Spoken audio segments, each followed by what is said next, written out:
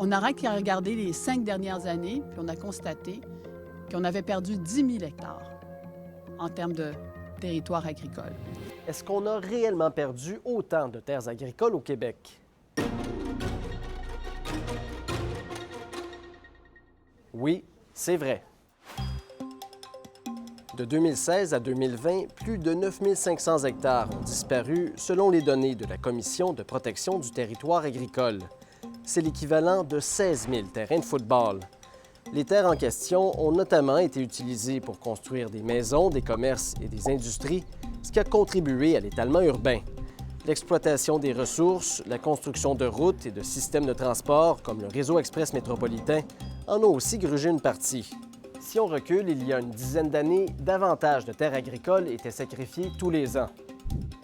En 2008, c'est plus de 5 000 hectares qui ont été retranchés. Depuis 2016, c'est sous la barre des 2 000 hectares. Le rythme a donc ralenti. Si des terres sont retirées de la zone agricole, d'autres s'y ajoutent aussi tous les ans. Au final, la superficie protégée a légèrement augmenté dans les dernières années.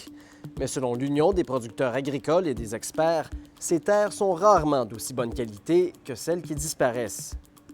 En ce moment, plus de 6 300 000 hectares de terres agricoles sont protégés au Québec. Mais le total comprend aussi des terres en friche et des forêts privées. En réalité, c'est environ la moitié de cette superficie qui est cultivée.